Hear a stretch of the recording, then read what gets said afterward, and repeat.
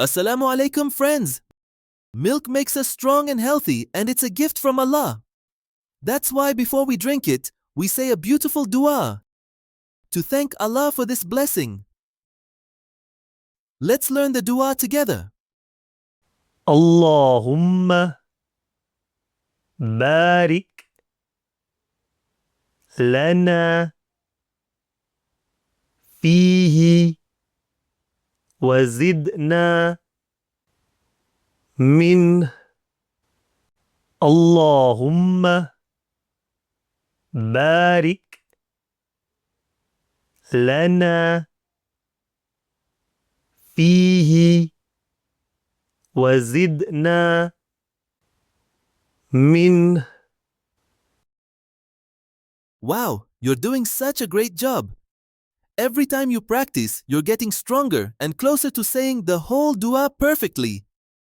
Let's take a deep breath and continue practicing. اللهم بارك لنا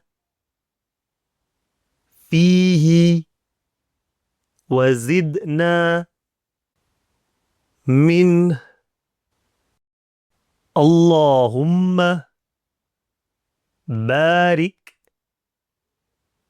لنا فيه وزدنا منه. اللهم بارك لنا فيه وزدنا منه. Great job! You did it! Now let's say the whole dua together from the beginning. اللهم بارك لنا فيه وزدنا منه.